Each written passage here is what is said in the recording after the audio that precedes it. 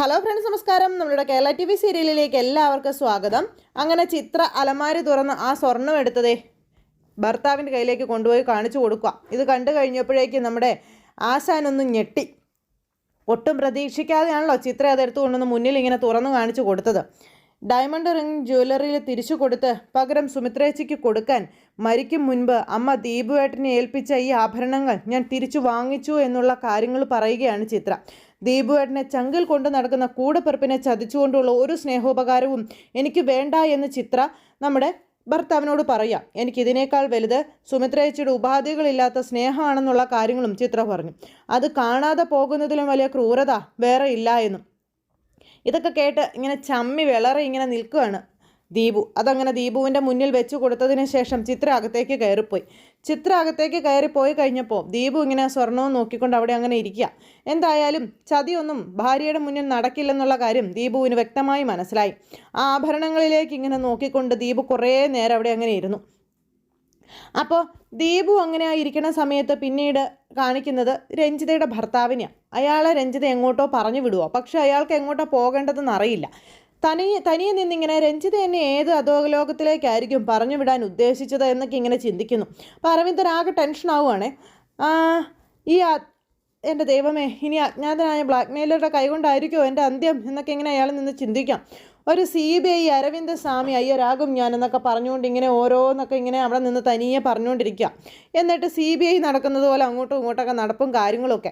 സമയത്താണ് ഒരു പെട്ടിയുമായിട്ട് രഞ്ജിത ഇറങ്ങി വരുന്നത്. പെട്ടിയുമായി ഇറങ്ങി വരുന്ന രഞ്ജിത അത് അരവിന്ദൻ്റെ കയ്യിലേക്ക് കൊടുത്തിട്ട് ഇത് 10 ലക്ഷം ഉണ്ടെന്നും ഇത് അയാളുടെ കയ്യിൽ ഏൽപ്പിക്കണമെന്നും പറഞ്ഞു. അപ്പോൾ തോക്ക് എന്തെന്ന് ചോദിച്ചു. തോക്കോ? ആ ബ്ലാക്ക് മെയിലർ എന്നെ ബ്ലാക്ക് മെയിൽ ചെയ്യാൻ വന്നാൽ അല്ലെങ്കിൽ ഉപദ്രവിക്കാൻ വന്നാൽ തോക്കെടുത്ത് സ്വയരക്ഷ നോക്കുന്നത് നല്ലതല്ലേ എന്ന് ചോദിച്ചു അരവിന്ദൻ. ഓ എൻ്റെ പൊന്നോ, തോക്ക് മണ്ണാൻ കേട്ടോ. ഈ കാശും കൊണ്ടുപോയി വല്ല മണ്ടത്തരവും കാണിച്ചാൽ പിന്നെ ഇങ്ങോട്ട് തിരിച്ചു വന്നേക്കരുത്. ആ വഴി കാശിക്കോ രാമേശ്വരത്തേക്കോ വല്ലോ പൊയ്ക്കൊള്ളണമെന്ന് പറഞ്ഞു. കാശ് കൃത്യമായി അയാളുടെ കൈകളിൽ എത്തിച്ചു കൊടുക്കണമെന്ന് പറഞ്ഞപ്പോൾ ആരുടെ കയ്യിൽ? കാശ് ആവശ്യപ്പെട്ടവൻ്റെ കയ്യിൽ. അവൻ ആരാണെന്ന് അറിയാമെങ്കിൽ ഞാൻ നേരിട്ട് ചെല്ലില്ലേ എന്ന് ചോദിച്ചു. നിങ്ങൾ പാർക്ക് റോഡിലേക്ക് ചെന്നാൽ മതി, അയാൾ അങ്ങോട്ടേക്ക് വന്നോളും. നമ്മുടെ 2 പേരുടെയും നമ്പർ അയാളുടെ കയ്യിലുണ്ട്, അയാൾ വിളിച്ചോളും. ഒരു ബുദ്ധിമുട്ടും അറിയാതെയാ ഒരുത്തിന് 10 ലക്ഷം രൂപ കിട്ടാൻ പോകുന്നത്.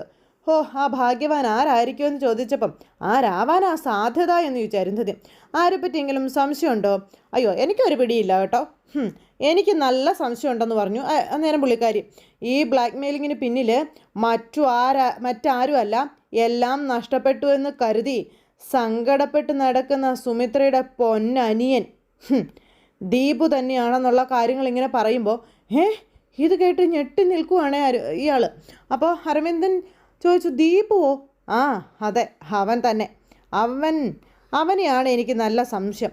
എനിക്ക് ബലമായ സംശയം ഉണ്ടെന്ന് പറഞ്ഞു. അങ്ങനെ എങ്ങാനും അവൻ ഇതിനകത്ത് കളിക്കുന്നുണ്ടെങ്കിൽ 10ന് പകരം 20 അവനെ കൊണ്ട് ഞാൻ ഛർദ്ദിപ്പിക്കുമെന്നൊക്കെ പറഞ്ഞുകൊണ്ട് ഈ പുള്ളിക്കാരി ഇങ്ങനെ പറഞ്ഞുകൊണ്ടിരിക്കാം. എല്ലാം അറിയുന്ന അവൻ വേറെ ആരെയോ മുന്നിൽ വെച്ച് കളിക്കുകയാണെന്നുള്ള കാര്യമൊക്കെ രഞ്ജിത നിന്ന് പറയുന്നു. അവൻ ഇങ്ങനെയൊരു ഗെയിം കളിക്കുമെന്ന് അവനെ അറിയുന്ന ആരും വിശ്വസിക്കില്ല എന്നും പിന്നെ അതാണ് അവൻ്റെ രക്ഷയെന്നും പുള്ളിക്കാരി അങ്ങ് പറഞ്ഞു. ഇതൊക്കെ കേട്ട് ഇയാളും പെട്ടെന്ന് ഇങ്ങനെ പേടിച്ച് നിൽക്കുവാണേ. ആദ്യം അവനാണോ ഇതിൻ്റെ പിറകിലെന്ന് തെളിയിക്കണമെന്നും പറഞ്ഞുകൊണ്ട് രഞ്ജിത ഭർത്താവിനെ ആ ദൗത്യം ഏൽപ്പിക്കുന്നു. അങ്ങനെ 2 പേരും കൂടെ സംസാരിച്ചുകൊണ്ട് നിൽക്കുന്നു. നിങ്ങൾ ആദ്യം പോകേണ്ടത് ദീപുവിൻ്റെ അരികിലേക്കാണെന്നും അവനെ കൊണ്ട് സത്യം പറയിപ്പിക്കണമെന്നും രഞ്ജിത ഭർത്താവിനെ പറഞ്ഞ് ഏൽപ്പിക്കുക. എന്തായാലും അവനെ അങ്ങോട്ട് കയറി അറ്റാക്ക് ചെയ്യണം, എങ്കിലേ അവൻ ഉള്ളിലുള്ള കാര്യങ്ങളെല്ലാം തുറന്നു പറയുകയുള്ളൂ എന്നുള്ള കാര്യം പറഞ്ഞു. അവൻ തന്നെ ആയിരിക്കും എന്ന് എൻ്റെ മനസ്സ് പറയുന്നു എന്ന് രഞ്ജിതയും പറഞ്ഞു. എങ്കിൽ ഞാൻ അവനെ കൊണ്ട് സത്യം പറയിക്കും എന്ന് ഇയാൾ പറഞ്ഞപ്പം പറയിപ്പിക്കാനൊന്നും മെനക്കെടണ്ട, അവനാണ് ഇതിൻ്റെ പിറകിലെന്നുള്ള രീതിയിൽ അങ്ങ് പറഞ്ഞാൽ മതി. എല്ലാം നമ്മൾ അറിയുന്നുണ്ടെന്നേ, അവനൊന്ന് അറിയട്ടെ.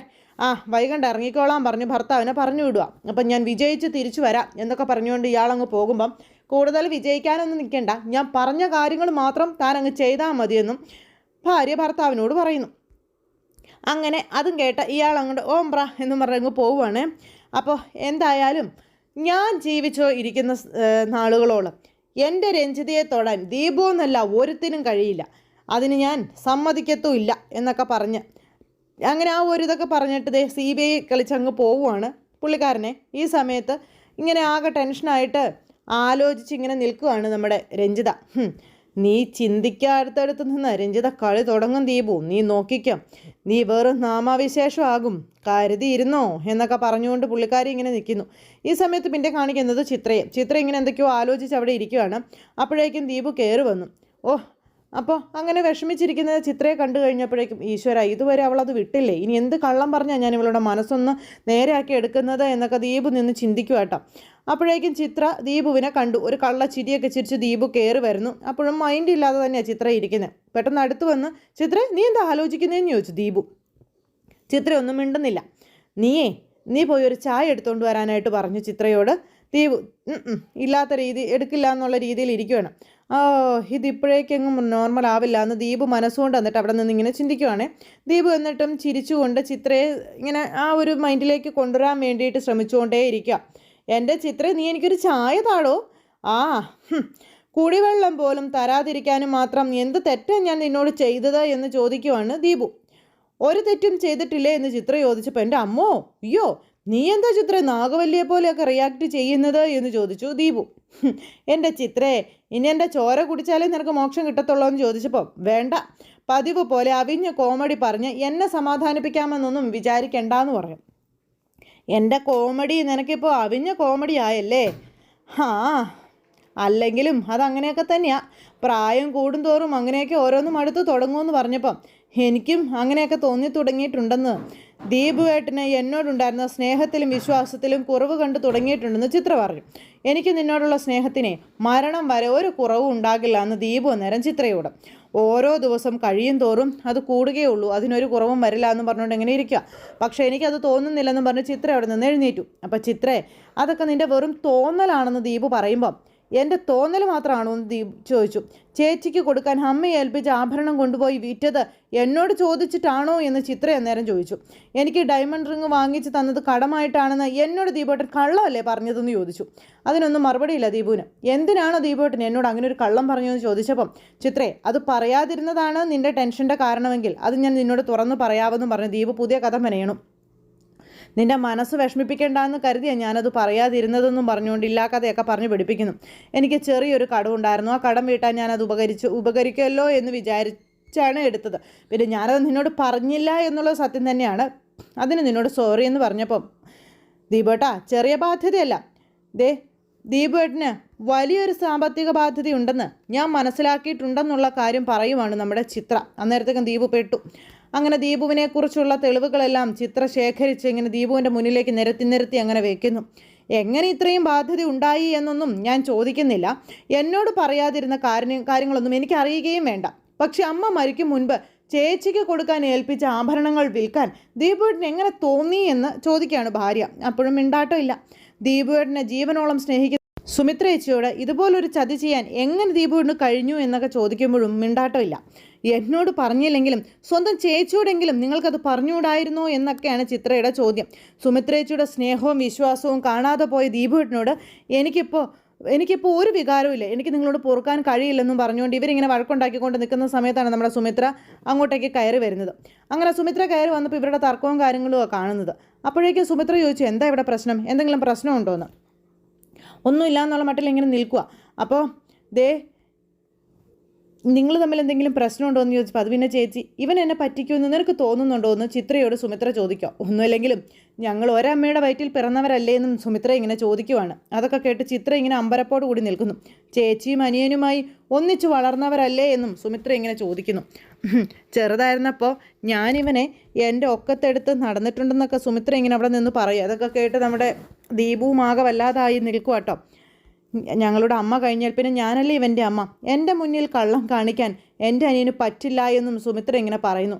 ഇതൊക്കെ കേട്ട് കഴിഞ്ഞപ്പോഴേക്കും ചിത്ര ഇങ്ങനെ ദയനീയമായിട്ട് നോക്കുക.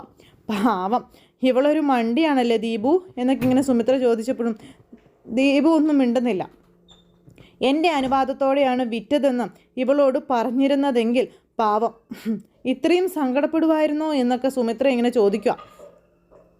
നിനക്കിപ്പോൾ സമാധാനം ആയില്ലേ എന്നും ചോദിച്ചു നമ്മുടെ സുമിത്ര. ചിത്രയുടെ ദീപു അത്രക്കാരനല്ല എന്ന് വിശ്വാസം ആയില്ലേ എന്നും ചോദിക്കുകയാണ്. അത് കേട്ട് കഴിഞ്ഞപ്പോഴേക്കും ചിത്ര ഇങ്ങനെ ഒരു ചിരിയോടുകൂടി ദീപുവിനെ നോക്കുക. നീ വാ എന്നും പറഞ്ഞ് വിളിച്ചുകൊണ്ട് ദീപുവിൻ്റെ മുന്നിൽ നിന്ന് ഇവർ രണ്ടുപേരും അകത്തേക്ക് കയറിപ്പോയി. ഈ സമയത്ത് ദീപു ഇങ്ങനെ നിന്ന് ആലോചിക്കുവാണേ, എന്താ സംഭവം, അങ്ങനെ ദീപുവിനൊന്നും മനസ്സിലാകുന്നില്ല. ദീപു ഇങ്ങനെ ആകെ ടെൻഷനായിട്ട് നിൽക്കാം. അപ്പോൾ നീ ദീപുവിനെ ഓർത്ത് സങ്കടപ്പെടേണ്ട ആവശ്യമൊന്നും ഇല്ലെന്നും പറഞ്ഞ് സുമിത്ര അകത്ത് കൊണ്ടുപോയി ആശ്വസിപ്പിക്കുകയാണ്. അവനെ എനിക്കറിയാവുന്നത് കൊണ്ടാണ് ഞാൻ നിന്നോട് പറയുന്നത് മോളെ, നീ അവനെ സംശയിക്കരുത്. ദേ ഇപ്പം എന്നേക്കാളധികം നിനക്ക് അവനെ അറിഞ്ഞൂടെ? ഇപ്പം തന്നെ എൻ്റെ അറിവോടെയാ അത് വിറ്റത് എന്ന് അറിഞ്ഞപ്പോൾ നിനക്ക് കുറ്റബോധമായില്ലേ എന്നുള്ള കാര്യങ്ങൾ ചോദിക്കുക സുമിത്ര. ഒറ്റ കേൾവിയിലോ കാഴ്ചയിലോ ഒരാളെ കുറ്റപ്പെടുത്താൻ തുടങ്ങുമ്പോൾ നമ്മളതിനെപ്പറ്റി ആലോചിക്കണം. സത്യം പുറത്തു വരുമ്പോൾ നമുക്ക് കുറ്റബോധം വരുമെന്നുള്ളതെന്നൊക്കെ പറഞ്ഞുകൊണ്ട് സുമിത്ര, നിങ്ങൾക്കിടയിൽ ഒരിക്കലും സംശയം ഉണ്ടാകാതിരിക്കാനാണ് ഞാൻ ഇത്രയും നിന്നോട് പറഞ്ഞതെന്നും സുമിത്ര നേരം പറഞ്ഞു. അമ്മയുടെ ആഭരണങ്ങൾ അവൻ വിറ്റതിൽ എനിക്ക് ഒരു സങ്കടവും ഇല്ല എന്നും സുമിത്ര പറഞ്ഞു. അതൊക്കെ കേട്ട് ചിത്ര ഇങ്ങനെ ആകെ വല്ലാതിരിക്കുക കേട്ടോ. ചിത്ര എന്നിട്ട് ഒന്നും മിണ്ടാതെ അവിടെ നിന്ന് എഴുന്നേറ്റ് പോയി. സുമിത്ര അന്നേരം എന്തൊക്കെ ആലോചിച്ച് അങ്ങനെ ഇരിക്കുന്നു. അത് കഴിഞ്ഞപ്പോഴേക്കും ചിത്ര എഴുന്നേറ്റ് പോയി ആ അലമാര തുറന്ന് ആ ആഭരണങ്ങളെടുത്ത് സുമിത്രയുടെ മുന്നിൽ കൊണ്ടുവന്ന് അങ്ങ് വെച്ചു. അത് കണ്ടു കഴിഞ്ഞപ്പോൾ അമ്മയുടെ ആഭരണങ്ങൾ, അതായത് അമ്മയുടെ സെറ്റും മുണ്ടും അമ്മയുടെ മാല, അമ്മയുടെ വള, അമ്മയുടെ കമ്മൽ, മോതിരം, ഇതൊക്കെയാണ് സുമിത്രയുടെ നേരെ കാണിച്ചത്. എന്നിട്ട് അത് സുമിത്രയോട് എടുത്തോളാൻ പറഞ്ഞു. അങ്ങനെ അത് കണ്ടു കഴിഞ്ഞപ്പോൾ നമ്മുടെ സുമിത്ര ഒന്നും ഞെട്ടി കേട്ടോ. ഒട്ടും പ്രതീക്ഷിക്കാത്ത ആ ഒരു സാധനമാണല്ലോ സുമിത്രയുടെ കൈകളിലേക്ക് ചിത്ര വെച്ച് കൊടുത്തത്. സുമിത്ര ഒരു നിമിഷത്തേക്ക് തൻ്റെ അമ്മയെക്കുറിച്ച് ആലോചിച്ച് അവിടെ നിന്നിങ്ങനെ പൊട്ടിക്കറിയാം, മാലയിലും വളയിലും ഒക്കെ തൊട്ട്. അപ്പോൾ ദേ ചേച്ചി, ഞാനിത് ചേച്ചിക്ക് തിരിച്ചു തരേണ്ടതാണ്. അതുകൊണ്ട് തന്നെ എനിക്ക് കിട്ടിയ സ്വർണമെല്ലാം അവിടെ തന്നെ തിരിച്ചു കൊടുത്ത് ഈ സ്വർണ്ണമൊക്കെ ഞാൻ മടക്കി വാങ്ങുകയായിരുന്നു എന്ന് ചിത്ര സുമിത്രയോട് പറയാം. അത് കേട്ടപ്പോൾ സുമിത്ര ഇങ്ങനെ നോക്കുക കേട്ടോ ചിത്രയെ. മരിക്കുന്നതിന് മുൻപ് അമ്മ ചേച്ചിക്ക് തരാൻ ഏൽപ്പിച്ചതല്ലേ ഇത്? അത് ഏട്ടൻ്റെ കൈകളിലല്ലേ ഏൽപ്പിച്ചത്? അത് ചേച്ചിയുടെ കൈകളിൽ എത്തിയില്ലെങ്കിൽ അമ്മയുടെ ആത്മാവ് സങ്കടപ്പെടില്ലേ എന്നുള്ള കാര്യങ്ങളൊക്കെ ചിത്ര ചോദിക്കുക. അതുകൊണ്ടാണ് എനിക്ക് പിറന്നാൾ സമ്മാനമായി ദീപുവേട്ടൻ വാങ്ങിത്തന്ന ആ ഡയമണ്ട് റിങ് ഞാൻ തിരിച്ചു കൊടുത്ത് പകരം ഇത് വാങ്ങിയത് എന്നുള്ള കാര്യവും ചിത്ര സുമിത്രയോട് പറഞ്ഞു. ഇതൊക്കെ കേട്ട് കഴിഞ്ഞപ്പം സുമിത്രയും ആകവല്ലാതെ ഇങ്ങനെ നിൽക്കുക. എന്നിട്ട് അത് തിരിച്ച് നമ്മുടെ ചിത്രയുടെ കൈകളിലേക്ക് തന്നെ സുമിത്ര കൊടുക്കുന്നു. അപ്പോൾ ചിത്ര ഇങ്ങനെ നോക്കുവട്ടെ ഇത് എന്താ സംഭവമെന്ന്. പെട്ടെന്ന് ചേച്ചിയുടെ പിറന്നാൾ സമ്മാനമാണെന്ന് നീ കരുതിയാൽ മതിയെന്ന് സുമിത്ര ഇങ്ങനെ പറഞ്ഞപ്പോൾ ചേച്ചിയോട് സ്നേഹം ഉണ്ടെങ്കിൽ എതിർത്ത് നീ ഒന്നും പറയരുതെന്നും സുമിത്ര ഇങ്ങനെ പറഞ്ഞു. ഞാൻ ഹൃദയപൂർവ്വം നിനക്ക് തരുന്നതാണ് ഈ സമ്മാനമെന്നും പറഞ്ഞ് സുമിത്ര ഇങ്ങനെ ചിത്രയെ ചേർത്ത് പിടിക്കുക കേട്ടോ. അങ്ങനെ ചിത്രയുടെ ആത്മാർത്ഥതയ്ക്ക് വേണ്ടുന്ന ആ ഒരു എന്താ പറയുന്നത് ഒരു സമ്മാനമായിട്ട് നമ്മുടെ സുമിത്ര അത് കൊടുത്തു. എൻ്റെ അമ്മയ്ക്ക് മകളേക്കാൾ സ്നേഹിക്കുന്ന ഒരു മരുമകളെ കിട്ടിയതിൻ്റെ സന്തോഷത്തിന് കൂടിയാണ് ഞാൻ ഈ സമ്മാനം തരുന്നതെന്നൊക്കെ പറഞ്ഞ് സുമിത്ര അതങ്ങ് കൊടുത്തു. അങ്ങനെ രണ്ടുപേരും കൂടെ ആ കാര്യവും പറഞ്ഞ് അവിടെ അങ്ങനെ മനസ്സ് കൈമാറി അങ്ങനെ നിൽക്കുന്നു. ഇത് കഴിഞ്ഞ് പിന്നെയും കാണിക്കുന്നത് നമ്മുടെ രഞ്ജിതേനെയാണ് കേട്ടോ. രഞ്ജിത ഇങ്ങനെ എന്തൊക്കെയോ ആലോചിച്ച് അവിടെ നിൽക്കുക, ആരായിരിക്കും ആ അജ്ഞാതൻ എന്നുള്ളൊരിതിൽ. അപ്പോഴാണ് നമ്മുടെ പൂജ അങ്ങോട്ടേക്ക് കയറി വരുന്നത്. പൂജ കയറി വന്നപ്പോഴേക്കും നിക്കടി അവിടെ എന്നും പറഞ്ഞ് അതിനെ തടഞ്ഞു. നീ എന്തിനാ ഇങ്ങോട്ട് വന്നതെന്ന് ചോദിച്ചു. ഓഫീസിലെന്താ ജോലിയൊന്നുമില്ലെന്ന് ചോദിച്ചപ്പം ഒന്നും മിണ്ടുന്നില്ല പൂജ. ഈ വീട്ടിൽ നിനക്ക് എന്താ കാര്യം? ഞാൻ ഇവിടേക്ക് വരുമ്പം നിങ്ങളെന്തിനാ ഇത്ര പരിഭ്രമിക്കുന്നതെന്ന് ചോദിച്ചു. അന്നേരം പൂജ, നിന്നെ കാണുമ്പോൾ പരിഭ്രമിക്കാൻ നീ ആരാടി? കടത്തനായിട്ട് മാക്കോ? അത് തന്നെയാണ് ഞാനും നിങ്ങളോട് ചോദിച്ചത്, എന്തിനാ പേടിക്കുന്നതെന്ന്. ഞാൻ ചെറുതായിരുന്നപ്പം മുതൽ നിങ്ങൾക്ക് എന്നെ അറിയാവുന്നതല്ലേ എന്ന് ചോദിച്ചു പൂജ. നിങ്ങളുടെ സഹോദരൻ്റെ മകളല്ലേ ഞാനെന്ന് ചോദിച്ചപ്പം അതൊക്കെ പണ്ട്, അന്ന് എനിക്ക് നിന്നോട് സ്നേഹമൊക്കെ ഉണ്ടായിരുന്നു. പക്ഷേ രോഹിത്തേട്ടൻ ആ സുമിത്രയുമായി അടുപ്പം ആയതോടെ എല്ലാം അവസാനിച്ചു എന്നും പറഞ്ഞുകൊണ്ട് പറയുക. നിന്നെപ്പോലും ഞാൻ വെറുത്തു തുടങ്ങിയെന്നും. ഇതൊക്കെ കേട്ട് പൂജ ഇങ്ങനെ നിൽക്കുന്നു. നിനക്കും സുമിത്രയോടായിരുന്നല്ലോ സ്നേഹം മുഴുവനും. സുമിത്രയെ ആര് സ്നേഹിച്ചാലും സപ്പോർട്ട് ചെയ്താലും അവരെൻ്റെ ശത്രു തന്നെ ആയിരിക്കും. കാരണം അവൾ അത്രയ്ക്ക് അശ്രീകരം പിടിച്ചവളാണെന്നൊക്കെ പറഞ്ഞുകൊണ്ട് ഇങ്ങനെ പറയുന്ന രഞ്ജിതയോട്, നോക്ക് ഞാനിപ്പം നിങ്ങളുടെ സ്റ്റാഫായിരിക്കും, അതുകൊണ്ട് എൻ്റെ നേരെയുള്ള ശകാരമൊക്കെ ഞാൻ ക്ഷമിക്കും. പക്ഷേ എൻ്റെ അമ്മയെപ്പറ്റി അനാവശ്യ വാക്കുകൾ ഉപയോഗിച്ചാൽ ഞാൻ ക്ഷമിച്ചെന്നു വരില്ല എന്ന് പൂജ പറഞ്ഞപ്പം, നിൻ്റെ അമ്മയോ? ഏതു വകയിലാടി? സുമിത്ര എങ്ങനെയാടി നിൻ്റെ അമ്മയാകുന്നതെന്ന് ചോദിച്ചു. സുമിത്രയാണോടി നിന്നെ പ്രസവിച്ചത് എന്നൊക്കെ എങ്ങനെ ചോദിക്കുവാണോ? ആണോടി ആണോ എന്നും ചോദിച്ചു. വലിയ ആളാവോ പുള്ളിക്കാരി. അവളെ എൻ്റെ ഏട്ടൻ്റെ രണ്ടാം ഭാര്യ മാത്രമാണെന്നും പറഞ്ഞു. അല്ലാതെ നീയും സുമിത്രയും തമ്മിൽ യാതൊരു രക്തബന്ധവും ഇല്ല. രക്തബന്ധത്തെക്കാൾ വലുത് മനസ്സുകൊണ്ടുള്ള ബന്ധമാണെന്ന് പൂജ അന്നേരം ഈ പുള്ളിക്കാരിയോട് അങ്ങ് പറഞ്ഞു. പിന്നെ ഒരു മകളെപ്പോലെയല്ല, ഒരു മകളായി തന്നെ എൻ്റെ അമ്മ എന്നെ വളർത്തിയതെന്ന് പറഞ്ഞപ്പം, നീ എന്താടി എന്നെ സ്നേഹിക്കാൻ പഠിപ്പിക്കുകയാണോ? എൻ്റെ മുന്നിൽ നിന്ന് തർക്കുത്തരം പറയാതെ ഇറങ്ങി പോടി ഇവിടുന്ന് എന്നും പറഞ്ഞുകൊണ്ട് ദേഷ്യപ്പെട്ടു. എന്താടി പറഞ്ഞാൽ മനസ്സിലാവത്തില്ലേ നിനക്കൊന്നും ചോദിച്ച് ഇറക്കി വിടാൻ നോക്കുമ്പോഴത്തേക്കും അങ്ങോട്ടേക്ക് പങ്കജ് വന്നു. പൂജയെ കണ്ടൊരു സന്തോഷത്തിൽ നിൽക്കുന്നു. അപ്പോൾ ഞാൻ പോകാം, പക്ഷേ എന്നെ ഇവിടേക്ക് വിളിച്ചു വരുത്തിയവർ കൂടി പറയട്ടെ എന്ന് പൂജ അന്നേരം രഞ്ജിതയുടെ മുഖത്ത് നോക്കി പറഞ്ഞു. പങ്കജാണ് വിളിച്ചു വരുത്തിയത്, നീ വന്ന ബുദ്ധി അറിഞ്ഞില്ല. എന്തായാലും പങ്കജ് അന്നേരം അങ്ങോട്ടേക്ക് വന്നു. മമ്മി, ഞാൻ വിളിച്ചിട്ടാ പൂജ ഇങ്ങോട്ട് വന്നതെന്ന് പങ്കജ് പറഞ്ഞു. എന്തിനാടാ ഇവളെ ഇങ്ങോട്ടേക്ക് വിളിച്ചു വരുത്തിയത്? മമ്മി, ഞാൻ ഓഫീസിൽ പോവാത്തത് കൊണ്ട് കൾട്ടി ഗ്രൂപ്പിന് അയക്കാനുള്ള 1-2 ഫയലുകൾ ശരിയാക്കാനുണ്ടായിരുന്നെന്നും അതിനുവേണ്ടിയാ പൂജ ഇവിടേക്ക് വിളിച്ചതെന്നും പങ്കജ് പറയുക. പൂജ ആ ഫയലുമായിട്ടാട്ടോ ഇങ്ങോട്ട് വന്നത്. എടാ, ഓഫീസിലെ ജോലികൾ ഓഫീസിൽ തന്നെ ചെയ്ത് തീർക്കണം, ഇവിടേക്ക് വിളിച്ചു വരുത്തരുത്. ഓരോരുത്തരെ നിർത്തേണ്ടടുത്ത് നിർത്തണം, മനസ്സിലായോ? മമ്മി, ഇതിപ്പോൾ കഴിഞ്ഞോളും, പൂജ വാ എന്നും പറഞ്ഞു പങ്കജ് പൂജയും കൂട്ടി അകത്തേക്ക് പോയപ്പോൾ അമ്മ ചമ്മി വിളറി അവിടെ അങ്ങനെ നിൽക്കുന്നു. രഞ്ജിതയ്ക്ക് പേടിയാണ്, ഇനി എങ്ങാനും പൂജ കയറി ഇറങ്ങിയാൽ ഉള്ളതും കൊണ്ട് പോയാലോ എന്ന്. അവള് ആ സുമിത്രയുടെ കൂടെ ജീവിച്ച് രോഹിത്തേട്ടൻ്റെ മകളും ധിക്കാരിയായി മാറി എന്നൊക്കെ പറഞ്ഞുകൊണ്ട് രഞ്ജിത അവിടെ ചിന്തിച്ച് നിൽക്കുന്നു. ഈ സമയത്ത് പിന്നീട് കാണിക്കുന്നത് ദീപുവിനെ ആട്ടോ. ദീപു ഇങ്ങനെ സുമിത്രയും ചിത്രയും കൂടി ഇരുന്ന് സംസാരിക്കുന്നത് ഒളിഞ്ഞു നിന്ന് കാണുക. അവർ തമ്മിൽ എന്താ സംസാരിക്കുന്നതെന്ന്.